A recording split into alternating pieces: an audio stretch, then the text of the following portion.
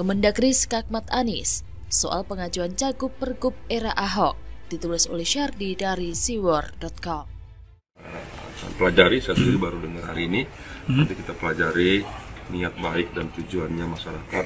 Tentu kita ingin seluruh warga Jakarta sebagaimana program. Sekarang ada beberapa kasus ya yang memang berjalan proses penggusurannya melalui pergub ini. Yang paling jelas Pancoran tadi. Kita melampirkan ada nota dinas yang merekomendasikan penertiban di Pancoran menggunakan pergub ini dan harus disetujui oleh Gubernur Anies. Selain itu, tuntutan ini adalah tuntutan untuk pertama mencabut peraturan Gubernur DKI nomor 207 tahun 2016. Kenapa peraturan tersebut harus dicabut?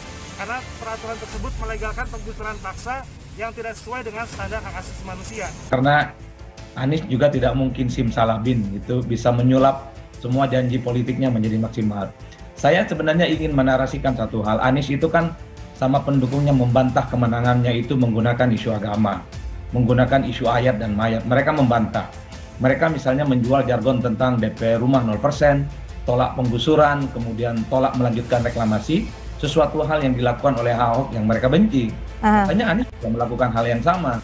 Yang baik lah, salah satunya adalah percepatan pembangunan rumah-rumah susun sebagai sebuah solusi. Nah, kalau gubernur dulu kan itu seimbang, lakukan relokasi setelah rumah susun terbangun. Ini sekarang rumah susun sampai dengan sekarang ini tidak ada yang terbangun. Oke. Masih rumah susun yang lama begitu ya? Masih rumah susun yang lama. Drama janji tidak menggusur yang pernah dilontarkan Anies Baswedan sejak menjadi calon gubernur ternyata masih belum diselesaikan hingga 2 bulan sebelum dirinya lengser. Dalam beberapa pemberitaan, Anies ternyata dianggap tetap melakukan penggusuran meski tidak dalam sorotan media secara luas. Hingga akhirnya Koalisi Rakyat Menolak Penggusuran atau KRMP mendemo Anies Baswedan dan mendesak dia agar mencabut pergub penggusuran yang diterbitkan di era Ahok. Anies kemudian memberikan harapan dengan mengatakan pihaknya sudah mengajukan pergub untuk mencabut aturan sebelumnya kepada Kementerian Dalam Negeri atau Kemendagri. Anies memastikan pihaknya akan mencabut aturan yang dibuat Ahok tersebut. Tapi drama kembali terjadi, di mana ternyata Kemendagri mengakui belum menerima adanya pengajuan tersebut. Jadi, siapa yang ngibul? Siapa yang sedang tarik ulur menunggu sisa waktu habis? Tampaknya, kalau dibikin survei, mungkin banyak yang lebih percaya Anies sedang bikin alasan. Lucunya lagi, Anies mengaku baru tahu pernyataan dari Kemendagri itu. Dia mengaku akan memeriksanya lebih lanjut kepada jajarannya yang mengurus soal pengajuan pergub. Coba nanti saya cek, tapi yang jelas bahwa itu akan dicabut, kata Anies. Dia dengan santai mengatakan seharusnya pengajuan pergub untuk mencabut pergub Ahok sudah dikirimkan. Harusnya sudah. Makanya kemarin saya bilang kan harusnya sudah, nanti coba saya cek ya, katanya. Harusnya, enak bener kalau ngomong seperti itu. Harusnya sih sudah diajukan. Artinya perkataan itu tidak mengandung sebuah kepastian. Lagian pula ini tidak jelas, apakah Anies benar-benar sudah mengajukan atau belum mengajukan, tapi pura-pura kaget saat Kemendagri bilang belum menerima pengajuan dirinya. Ada bau-bau ngeles yang sangat tidak enak dicium. KMRP menilai Anies bisa saja kembali mencari alasan untuk tidak mencabut pergub yang mengizinkan penggusuran paksa. Kali ini, dalih yang dipakai diperkirakan adalah ditolak oleh Kemendagri. Pengacara publik LBH Jakarta sekaligus perwakilan KRMP, Jihan Fauzi Hamdi menyebutkan, sebenarnya proses di Kemendagri hanya sekedar formalitas saja. Sebenarnya Anieslah yang memiliki wewenang mencabut aturan tersebut. Dilihat dari tahapan untuk proses peraturan gubernur, memang gubernur yang melakukan penetapan, menandatangani naskah. Di level Mendagri itu hanya proses fasilitasi saja, tetapi pada akhirnya akan balik ke gubernur. Itu produk gubernur juga, kata Jihan. Menurut dia, Kemendagri juga tidak berhak menolak pencabutan pergub ini. Dalam prinsip otonomi daerah, pemerintah daerah dibebaskan dalam mengatur dan mengurus urusan di daerahnya dengan mengacu pada putusan MK nomor 137 tahun 2015 dan nomor 56 tahun 2016 yang menguatkan bahwa kewenangan pemerintah pusat yang selalu besar dalam intervensi peraturan daerah itu telah melanggar prinsip otonomi daerah. Kami tidak tahu, ke depan bisa jadi alasannya ditolak Kemendagri. Padahal jelas ini di level gubernur kok. Dari peraturannya, ini jelas tahapan-tahapannya bagaimana. dan Kemendagri hanya sampai di proses fasilitasi itu saja. Katanya, entahlah Anies ini memang banyak ngomong atau pintar bikin drama yang mempersulit banyak orang. Kalau dilihat ada dua kemungkinan nih. Yang pertama, bawahannya tidak becus. Kedua, ada kesan ingin membuat narasi bahwa Anies sudah berusaha, tapi ternyata terhalang oleh Kemendagri. Entah kenapa ada kesan ingin lempar tanggung jawab kepada pemerintah sehingga Anies tidak disalahkan. Orang bandel begini mau diangkat sebagai presiden, kacaulah satu dunia persilatan. Selama Anies menjabat, pergub tersebut tidak pernah dicabut meski berjanji tidak akan menggusur. Kalau Anies mau menggusur atau terpaksa menggusur, dia bisa bikin alasan dengan menyalahkan pergub lama era Ahok. Padahal kalau niatnya benar, pada tahun 2017 menjabat, paling lambat 2018, pergub tersebut sudah bisa dicabut. Memang Anies ini banyak intrik dan niat terselubung. Pada akhirnya, rakyatlah yang dipermainkan oleh janji manis Anies. Bahkan bisa disebut ditipu habis-habisan demi menjadi gubernur. Sekarang tidak jelas bagaimana nasib pergub tersebut. Anies bilang sudah ajukan ke Kemendagri, sedangkan Kemendagri bantah. Entah siapa yang benar nih. Tapi kalau begini terus, bisa-bisa pergub ini tidak akan pernah dicabut.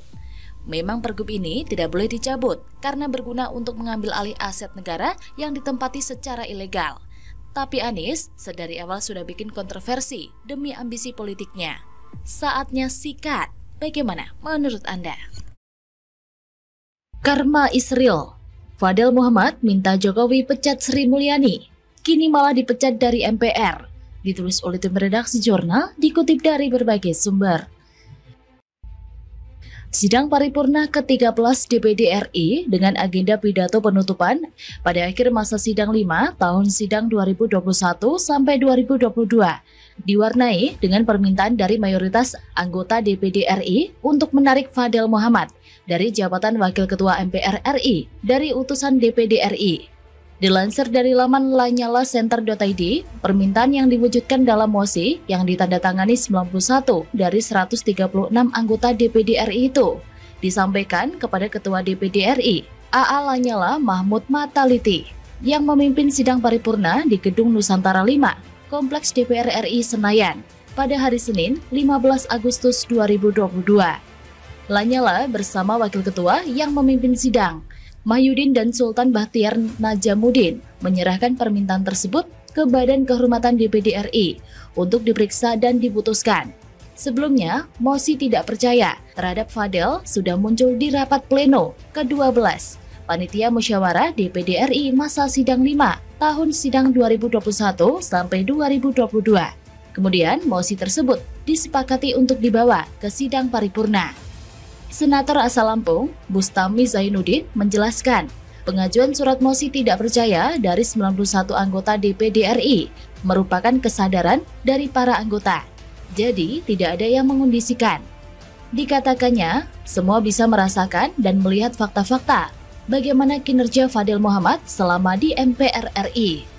Senator asal Kalimantan Utara, Hasan Basri, mengaku mendukung penuh penarikan Fadel Muhammad sebagai Wakil Ketua MPR RI dari kelompok DPD RI, meski ia tidak ikut menandatangani mosi tidak percaya. Sementara Senator asal Kalimantan Barat, Sukiryanto, meminta pimpinan untuk mempercepat proses pemberhentian Fadel Muhammad tanpa perlu meminta pertimbangan BK DPD RI. Sedangkan Senator asal Jambi, M. Syukur, meminta agar proses dijalankan sesuai aspirasi anggota. Pimpinan sidang, Wakil Ketua DPD RI, Mahyudin, menjelaskan persoalan Fadel Muhammad akan diserahkan kepada BK DPD RI untuk diputuskan agar mendapatkan legitimasi. Ketua DPD RI, AA Lanyala Mahmud Mataliti, mengatakan pemberhentian Fadel Muhammad tata tertibnya ada di MPR RI, khususnya di pasal 29M, yaitu bisa diganti jika meninggal dunia, mengundurkan diri, diberhentikan, diusulkan oleh fraksi atau kelompok DPD RI, dan lainnya. Senator asal Jawa Timur itu mengatakan, pada rapat pimpinan juga sudah diputuskan agar persoalan Fadel Muhammad diserahkan kepada BK DPD RI. Lanyala juga mengklarifikasi adanya fitnah yang ditujukan kepada dirinya, bahwa ia membayar sejumlah anggota DPD RI untuk membuat mosi tidak percaya kepada Fadel Muhammad. Arahan ke situ memang bisa, Tapi jika melihat rekam jejaknya si Fadel ini, menurut saya sih dia memang pantas dipecat. Fadel ini tidak terbukti sama sekali kerjanya apa. Sering nyinyirin Jokowi, bahkan dia meminta Jokowi memecat Sri Mulyani, Menteri Keuangan. Karena selama ini Sri Mulyani bukanlah menteri yang punya masalah. Maka sontak banyak orang yang membela Sri Mulyani. Kok ya kebetulannya lawannya adalah Fadel Muhammad. Namanya masuk dalam daftar penghutang BLBI sebesar 136 miliar rupiah. Dan pemecatan Fadel tersebut sebagai bukti bahwa dia sedang kena karma. Karma karena telah meminta Jokowi untuk memecat Sri Mulyani. Sudah dikerjain dan dihujat banyak orang, ditagih dan disuruh bayar utang. Selain itu, kena karma pula. Dari kejadian ini, saya pikir kasihan juga si Fadel Muhammad.